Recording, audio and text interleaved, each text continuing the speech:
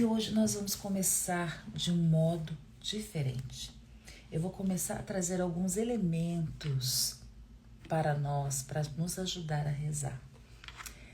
Existe um elemento que com certeza você já ouviu falar, que se chama o chofar.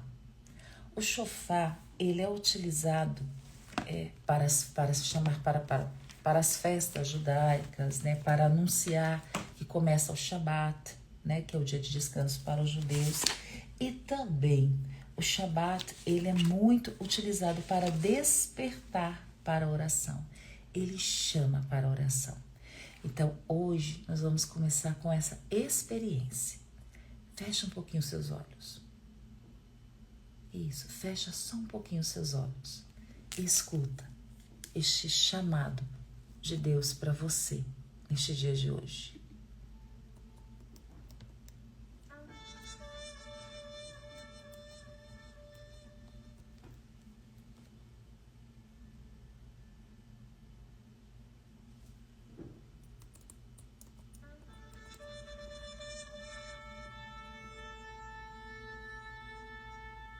Mais uma vez, o chofar nos chama.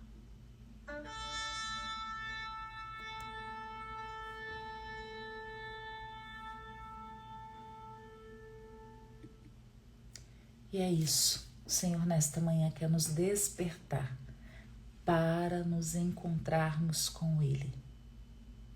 Olha que toque.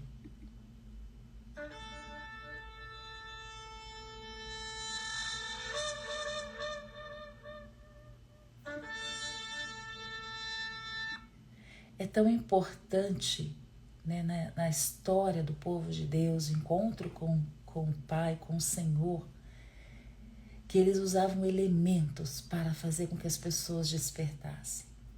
Para nós, cristãos, nós temos os sinos da igreja. Infelizmente, nós estamos perdendo um pouco esta cultura dos sinos. Mas a minha comunidade, lá no Rio de Janeiro, lá no Complexo do Alemão, quantas vezes eu acordei para ir à missa com o sino tocando, 1 hora antes, dizendo assim: acorda, vem ouvir a Deus. Então é importante que nós tenhamos atenção aos sinais da fé.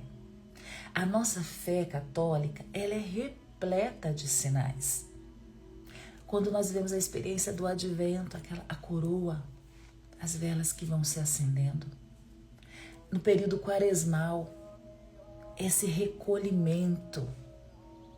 A igreja, ela vai nos ajudando a entrar na oração. E isto ela herda da fé judaica, porque nós nascemos desta fé. Nós trazemos para nós, que vai se tornar perfeita em Cristo Jesus. Com a fé cristã, vem a sua plenitude. Então o Senhor, Ele nos chama, nos desperta para a oração. Então não deixemos de lado Deus que nos chama, que bate a nossa porta.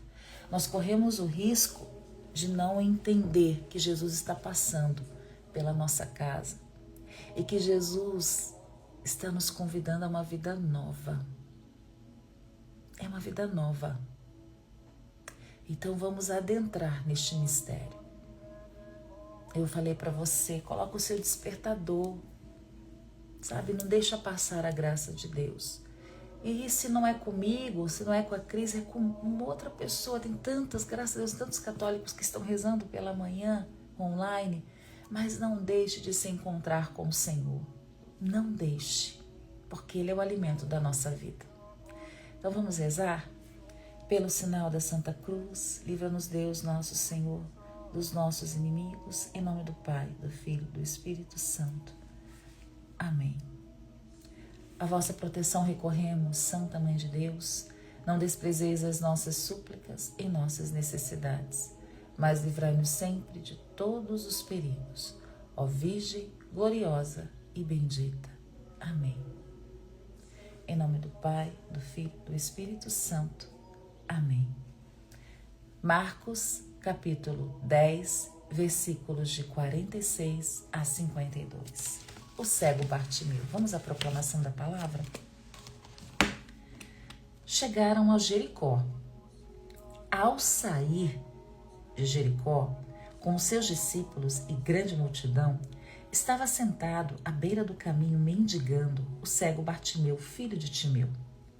Quando percebeu que era Jesus o Nazareno que passava, ele começou a gritar: Filho de Davi, Jesus, tem compaixão de mim. E muitos o repreendiam para que ele se calasse. Ele, porém, gritava mais ainda: Filho de Davi, tem compaixão de mim. Detendo-se, Jesus disse: Chamai-o. Chamaram o cego dizendo-lhe: Coragem, ele te chama, levanta-te. Deixando o manto, deu um pulo e foi até Jesus.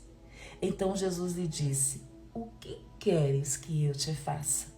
O cego respondeu: Rabuni, Rabuni, que eu possa ver. Então Jesus lhe disse: Vai, a tua fé te salvou. No mesmo instante, ele recuperou a vista e o seguia no caminho. Palavra da salvação. Glória a vós, Senhor. Bartimeu, ele tinha um nome. Olha que interessante. Nós já fizemos aqui vários momentos com o estudo da palavra de muitos que encontraram Jesus e que não tinham um nome. Aquele homem, ele tinha um nome. O Evangelho de São Marcos vai dizer que ele estava à beira do caminho na saída de Jericó. Jesus estava passando pela cidade de Jericó, que era uma cidade de passagem, era caminho para chegar a Jerusalém. E vamos entender que Jesus dali, ele sobe a Jerusalém para viver a sua paixão. É um dos últimos curas, milagres que Jesus vai realizar antes de entregar a sua vida na cruz. Era período de Páscoa. É importante a gente situalizar o que estava acontecendo ali que fazia ter multidões. Porque não é que tinha multidão do nada, do nada se aglomerava uma multidão. É como nós temos as nossas cidades, nós temos as nossas realidades, e quando tem um grande evento, o que acontece conosco? Uma grande multidão. Vem pessoas das cidades vizinhas, vem pessoas das regiões, e era isso que estava acontecendo. Era o Pessá, a Páscoa, onde o chofar era tocado com muita celebração, porque eles celebravam a libertação do povo do Egito. Então, Jericó, como lugar de passagem, quem sai da região da Galileia para ir para Jerusalém, para subir a Jerusalém, porque Jericó é a cidade mais antiga do mundo e a cidade que está no nível mais baixo do mundo, abaixo do nível do mar, muito próximo do Mar Morto. Então, Jesus vem e a multidão, também as pessoas passando por ali para ir para a Páscoa, vem da região da Galileia, deixa eu ver se eu consigo aqui explicar, vem para Jericó, essa cidade muito baixa, para subir para Jerusalém. Então a cidade estava lotada dessas pessoas, desses judeus que estavam indo celebrar a Páscoa e levar seus sacrifícios e rezar no templo e se encontrar na cidade santa de Jerusalém. Por isso estava tão cheia, tão lotada. E claro, a multidão comprimia Jesus, porque Jesus já era muito famoso. Já estamos ali no finzinho da vida pública de Jesus. O povo já tinha ouvido falar, não é à toa que o Sinédrio, os fariseus, eles estavam incomodados com Jesus. Então, todos já tinham ouvido falar de Jesus. E aquela multidão ia comprimindo Jesus. E naquela época, é importante dizer, a cegueira ela era comum, muito mais do que a gente imagina. Primeiro, porque não tinham condições financeiras de um tratamento, como nós temos hoje. Era uma região de muita poeira, de muito vento, de muita bactéria. Era uma região onde tinha muitos insetos, muitas moscas. Então era muito fácil a pessoa perder a visão. Começava ali com uma inflamação, não ia tratando, o vento vinha, a poeira vinha, ia mexendo nos olhos. Um dos motivos a cegueira. Outros, o glaucoma, catarata, enfim, não tinham condições. Lembra-se que era um povo explorado. Lembrando que era um povo que vivia uma experiência de que eles eram oprimidos pelo Império Romano. Então não tinha condições de tratamento. O tratamento era para poucos. Então a cegueira ela era muito mais comum do que nós imaginávamos. Porém, toda a enfermidade, ela era vista como uma maldição. Jesus, quem pecou? Nós vamos lembrar disso. Foi ele ou foi os pais? Então aquele homem estava naquela condição de cegueira e maldição, sentado à beira do caminho. E os cegos, os doentes, os mendicantes, o que eles faziam? Eles iam para os locais onde se passava o maior número de pessoas, né? Isso não é diferente do dia de hoje. Uma pessoa que vive da mendicância, ela vai para onde tem um fluxo grande de pessoas. E Bartimeu se senta onde? Na saída da cidade de Jericó, segundo o Evangelho de São Marcos. Ali as pessoas passavam, era impossível não ver Bartimeu. Então Bartimeu, ele se encontra ali. Ele dependia da caridade das pessoas. As pessoas, elas tinham que gerar para ele alguma caridade, alguma provisão, porque é o único modo daquele homem ter como se alimentar. Bartimeu era um peso social, era um peso para a sua família. Aquele homem sofrido, ele estava ali, naquele lugar. Porém, Bartimeu, cego fisicamente, ele tinha uma visão espiritual. Porque Jesus, a palavra vai dizer que Jesus, ele vai passando com uma multidão que vai o acompanhando, e à beira do caminho, mendigando, estava Bartimeu. Tudo isso que nós já estudamos aqui. Ele percebe que era Jesus. Ninguém conta para ele, olha que bonito. Ele não ouviu dizer, ninguém contou para Bartimeu. Ele percebe que era Jesus. Ele tem a sua visão espiritual aguçada. É um homem de espiritualidade. Talvez um homem que ninguém dava nada por ele, um homem que de menor importância, um homem sem valor, mas um homem que tinha na sua vida uma experiência espiritual profunda. Tanto que ele, quando percebe que Jesus vai passar, ele grita. Ele era um homem de uma inteligência muito grande, porque ele podia só falar, chama ele, sabe, na timidez. Fala para Jesus que eu tô aqui, chama ele, Jesus. Não, ele grita. E ele grita falando de algo, trazendo uma frase messiânica. Ele reconhece que ali não está somente um profeta, que ali não está somente um homem que pode curá-lo, que ali está o Salvador. O cumprimento da profecia está se realizando. É o filho de Davi. Gente, que lindo Bartimeu. Eu sou apaixonada com Bartimeu. Morando na Terra Santa, tem uma casinha que é dedicada ao lugar onde Bartimeu ficava mendigando. E eu ia ali, naquele lugar, para contemplar a visão que aquele homem teve de Jesus. A visão espiritual, a experiência espiritual primeira que aquele homem teve. E aquele homem começa a gritar, Jesus, filho de Davi, tem compaixão de mim. E a multidão fazia o quê? Cala a boca, porque se lembre, ele não tinha valor social nenhum. Aquele homem não tinha importância para aquela sociedade, ele era um amaldiçoado, um esquecido. Mas Bartimeu não se intimida, porque existia no coração daquele homem um desejo do encontro. Ele não podia ser reprimido. Aquele homem, ele não tinha, vamos dizer assim, dívida com aquela sociedade, porque ele sabia quem estava diante dele. Mesmo sem ver fisicamente, aquele homem sabia quem estava diante dele. E é importante ressaltar isso. Quando ele grita, filho de Davi, tem compaixão de mim. Jesus se detém, a palavra vai dizer.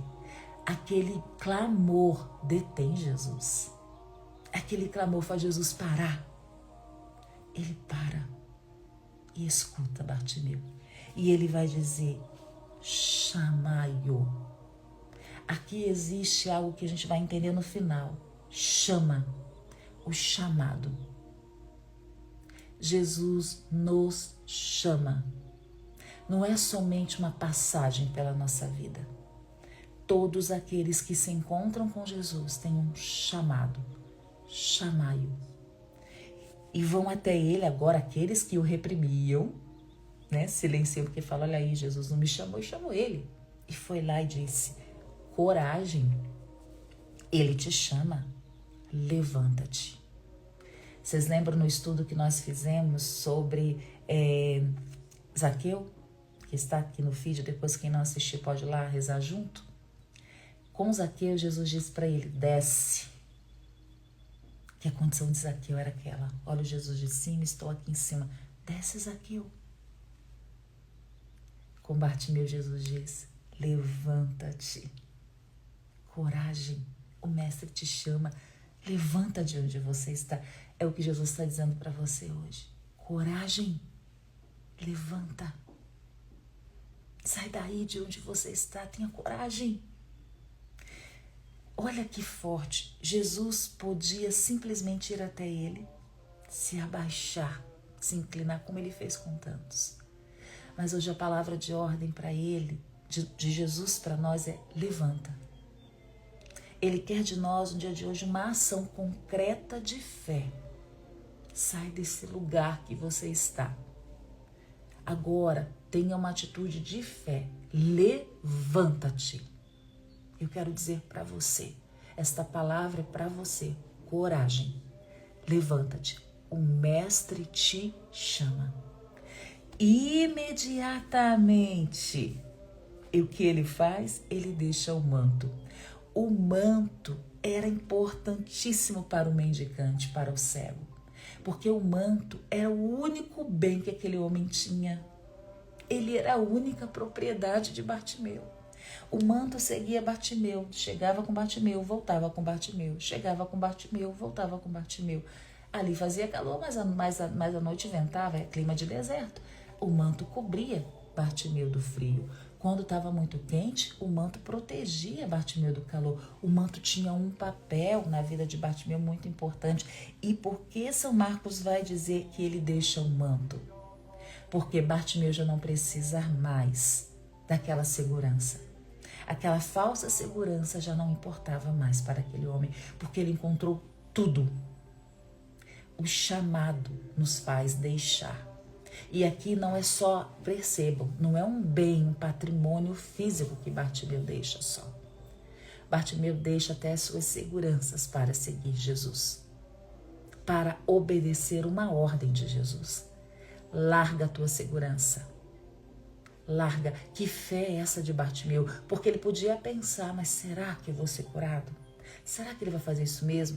E se eu largar o meu manto aqui? Porque pensa só, tinha uma multidão ali. Era o único patrimônio que aquele homem tinha. Talvez para nós isso não é importante. Só que a gente está falando de um tempo onde não se encontrava tecido tão fácil assim. Hoje, uma pessoa que talvez viva na rua encontra um tecido ali e aqui. Não era a realidade daquele tempo. Tecido era coisa cara. Tecido você não encontrava de qualquer modo. Aquele homem estava deixando para trás, de fato, porque ele sabia que ali estava o filho de Davi, o Messias. Olha esta fé. Nós estamos falando de algo muito maior do que nós podemos imaginar. A fé de Bartimeu faz ele deixar tudo. E que lindo! Olha o que o Evangelho de São Marcos vai dizer. Ele dá um pulo. Gente, a alegria daquele homem.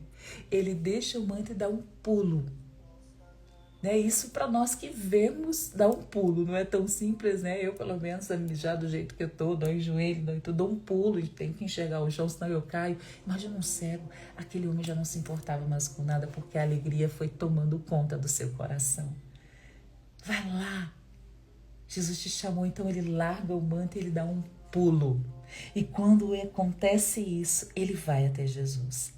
Então Jesus faz aquela pergunta épica: o que queres que eu te faça? Gente, sabe por quê? Porque muitas vezes nós não temos clareza do que nós queremos. Nós andamos vagando como ovelhas sem pastor.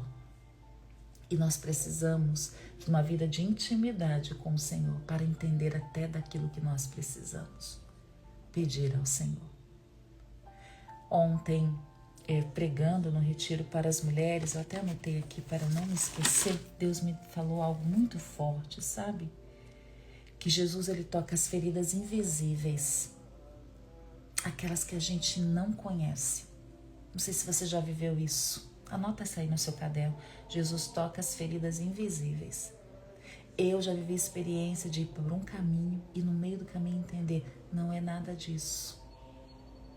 Eu estou achando que as coisas estão, na minha vida, elas estão de um certo modo e não é isso. E só o Espírito Santo pode revelar a nós as feridas invisíveis que precisam ser tocadas por Jesus. Por isso Jesus pergunta para aquele homem: o que você quer que eu faça para você, Bartimeu?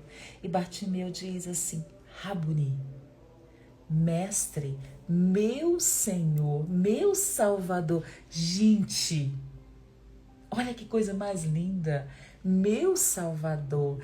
Olha, é uma das palavras que eu mais amo na palavra de Deus. Rabuni, Raboni, mestre, meu Salvador, meu Senhor. Ele ali reconhece o senhorio de Jesus. No dia de hoje, é uma experiência assim muito linda. Vá reconhecendo o senhorio de Jesus na sua vida. Vá proclamando: Jesus é o Senhor da minha vida. Jesus é o Senhor da minha casa. Quantas vezes eu pude rezar assim, eu precisei rezar assim pela minha família. Senhor, Tu és o Senhor da minha casa. Senhor, Tu és o Senhor da minha família. Tu és o Senhor da minha história. Quando as pessoas me amaldiçoavam, porque eu também já vivi experiências como a de Bartimeu. Invisível, porque Bartimeu era invisível. Quantos de nós às vezes está na invisibilidade? Eu já me senti, já vivi a invisibilidade. Mas quando eu me encontrei com Jesus, tudo mudou. Porque a nossa cegueira não é só física, ela é espiritual. E Jesus é o Senhor, é o Rabuni, é o Mestre, é o meu Senhor. E aí ele diz: Rabuni, que eu possa ver novamente. O que está indicando o Evangelho de São Marcos? Quem vê novamente, vê um dia. Aquele homem não era cego de nascença. E aí talvez a dor mais profunda. Eu não posso imaginar. Eu tive uma vez um diagnóstico nos olhos. Eu fui no oftalmologista e até descobri que isso eu tinha nascido com ele. Eu não sei dizer direito, mas é como se o meu globo ocular ele tivesse uma cavidade muito profunda, como se fosse um desgaste no globo ocular dos dois olhos. E quando eu fui ao oftalmo, ele falou para mim assim: olha, eu te dou alguns anos para você ficar cega. Eu fui para a capela, eu estava na Canção Nova, fui para a capela e falei para Jesus, eu estava num processo tão bonito de conversão, e falei: tá bom, Jesus.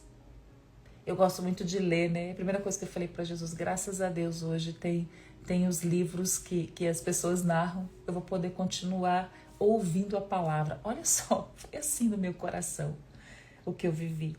E por quê? Porque você imagina assim, eu pensava isso, eu vejo hoje, como vai ser não ver mais?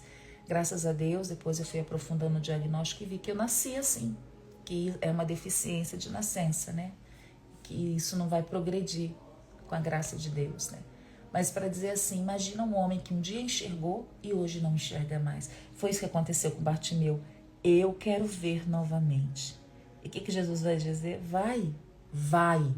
A tua fé te salvou. Jesus não disse para ele: me segue. Vai, Bartimeu, te dou liberdade, meu filho. Vai, você está salvo, você está curado. E no mesmo instante ele se recuperou. Ele recuperou a vista. Só que é lindo o que a palavra vai dizer. Ele o seguia pelo caminho. Jesus diz para Bartimeu: vai, a tua fé te salvou. Mas Bartimeu sabia que ali estava o Salvador. E o Evangelho não continua dizendo onde está Bartimeu, mas vai dizer: ele o seguia no caminho. E qual foi esse caminho? Quando Jesus entra em Jerusalém, se nós formos continuar, onde Jesus morre na cruz e ressuscita, Bartimeu se torna discípulo de Cristo. Foi uma das histórias mais lindas do Novo Testamento. Ele se torna seguidor de Jesus. A cura de Bartimeu não é só física, ela é uma cura de alma e o faz seguidor de Cristo. Hoje, olhando para você, olhando para mim, que encontro você precisa hoje verdadeiramente fazer com Jesus? Onde você conseguiu se enxergar em Bartimeu? Qual é o manto que você está preso a ele hoje? O que te prende hoje a este lugar na beira do caminho? Qual é a dor que você hoje traz no seu coração que te faz estar à beira do caminho? O Mestre, ele está passando por nós. Ele está nos despertando para um tempo novo. Só não vê quem não quer. Você percebe que o Senhor está te despertando para um tempo novo? Senão você não estaria aqui às 6 horas da manhã com a Bíblia na mão, com um caderno, com uma caneta e o coração em Deus. Esta fidelidade diária, cotidiana, de rezar com a palavra de Deus, muda a nossa vida, muda o nosso modo de pensar, muda o nosso jeito de ser. Jesus restaura o valor daquele homem, mas na perspectiva de Deus. Jesus restaura o nosso valor, Jesus muda a nossa vida, a nossa história, Jesus nos devolve dignidade. É incrível o encontro com Jesus. Que neste dia nós desejemos o mesmo que Bartimeu, nos encontrar com o Senhor e dar a Ele o senhorio da nossa vida. Se está nas nossas mãos até o dia de hoje, entrega ao Senhor o senhorio da sua vida. Então vamos rezar? Em nome do Pai, do Filho e do Espírito Santo. Amém. Obrigada, Senhor, por esta palavra. Essa palavra, Senhor, que distanta o nosso coração e que revela, Senhor, dores escondidas, cegueiras espirituais, humanas, de realidades que às vezes estão ocultas dentro de nós. Então hoje nós queremos te pedir que a tua luz se faça. Nós queremos gritar como Bartimeu: Jesus, filho de Davi, tem compaixão de mim, que eu veja, que eu veja. Seja a cegueira que eu estou no dia de hoje, que eu veja, Senhor, para que eu possa te amar mais, para que eu possa estar mais perto de ti. E o mais lindo de todos, Senhor, nós somos agora 31 pessoas aqui, que nós nos tornemos discípulos, verdadeiramente discípulos de Cristo. E um discípulo, ele é um anunciador, ele é um proclamador, ele é aquele que vai, que anuncia, que não guarda para si a boa nova, porque eu tenho certeza que Bartimeu sai dali e começa a proclamar: ele é o filho de Davi. Aquilo que Bartimeu proclamava gritando na sua dor, agora ele proclama aos pulos: ele é o Senhor da nossa vida. Então que neste dia, esta verdade, ela possa permear a nossa história e o nosso olhar. Rabuni. E que eu, como Bartimeu, te siga, Senhor, no caminho. Bendito seja o teu nome, a tua bondade e o teu amor. Obrigada por este dia, pela tua palavra que inunda o nosso coração. Vinde, Espírito Santo, enchei os corações dos vossos fiéis e acendei neles o fogo do vosso amor. Enviai o vosso Espírito e tudo será criado, e renovareis a face da terra. Ó Deus, que instruíste os corações dos vossos fiéis com a luz do Espírito Santo, fazei que apreciemos retamente todas as coisas, segundo o mesmo Espírito, e gozemos sempre da sua consolação. Por Cristo, Senhor nosso. Amém. Nós estivemos reunidos em nome do Pai, do Filho, do Espírito Santo. Amém. Eu vou compartilhar agora a live na timeline, vou deixá-la salva, daqui a pouco você vai tê-la também no YouTube. Compartilha ela com quem precisa hoje fazer o estudo da palavra. Motive as pessoas que você conhece da sua paróquia, da sua comunidade, a assumir um caminho com a palavra de Deus. Sábado e domingo nós não teremos estudo. O estudo vai ser sempre de segunda a sexta, sábado, mas não quer dizer que você não tem que fazer sábado e domingo, não. Sábado e domingo a gente faz o estudo da palavra. Porém, aqui na live é de segunda a sexta-feira às 6 da manhã. Tá bom? Obrigada, meus irmãos, minhas irmãs, por esse carinho, pela presença de vocês. E motivem mais e mais e mais pessoas. Partilhem o que vocês têm vivido com o estudo da palavra. Tá bom? Um beijo grande. Conto também com a oração de vocês. Bom trabalho. Eu e a Lucimari, nós estivemos em Taubaté, na paróquia do Padre Rodrigo Natal, com o primeiro encontro para mulheres guiadas pela fé. Esse encontro, ele vai permear o Brasil inteiro. Então, o nosso intuito é ir levando essa experiência profunda de mulheres conduzidas por Deus, conduzidas por uma experiência de fé em todo o território nacional. Então, se na sua cidade, na sua paróquia, na sua região, você deseja levar este encontro de mulheres guiadas pela fé, Só entrar em contato conosco que nós faremos o possível, tudo para estar com você. Ah, Cris, como funciona? Gente, muito simples, só levar a gente, viu? É só nos levar, né? Não tem custo, não tem nada. A não ser, claro, passagem, alimentação. Mas fora isso, nós estaremos aí pregando esse retiro para você.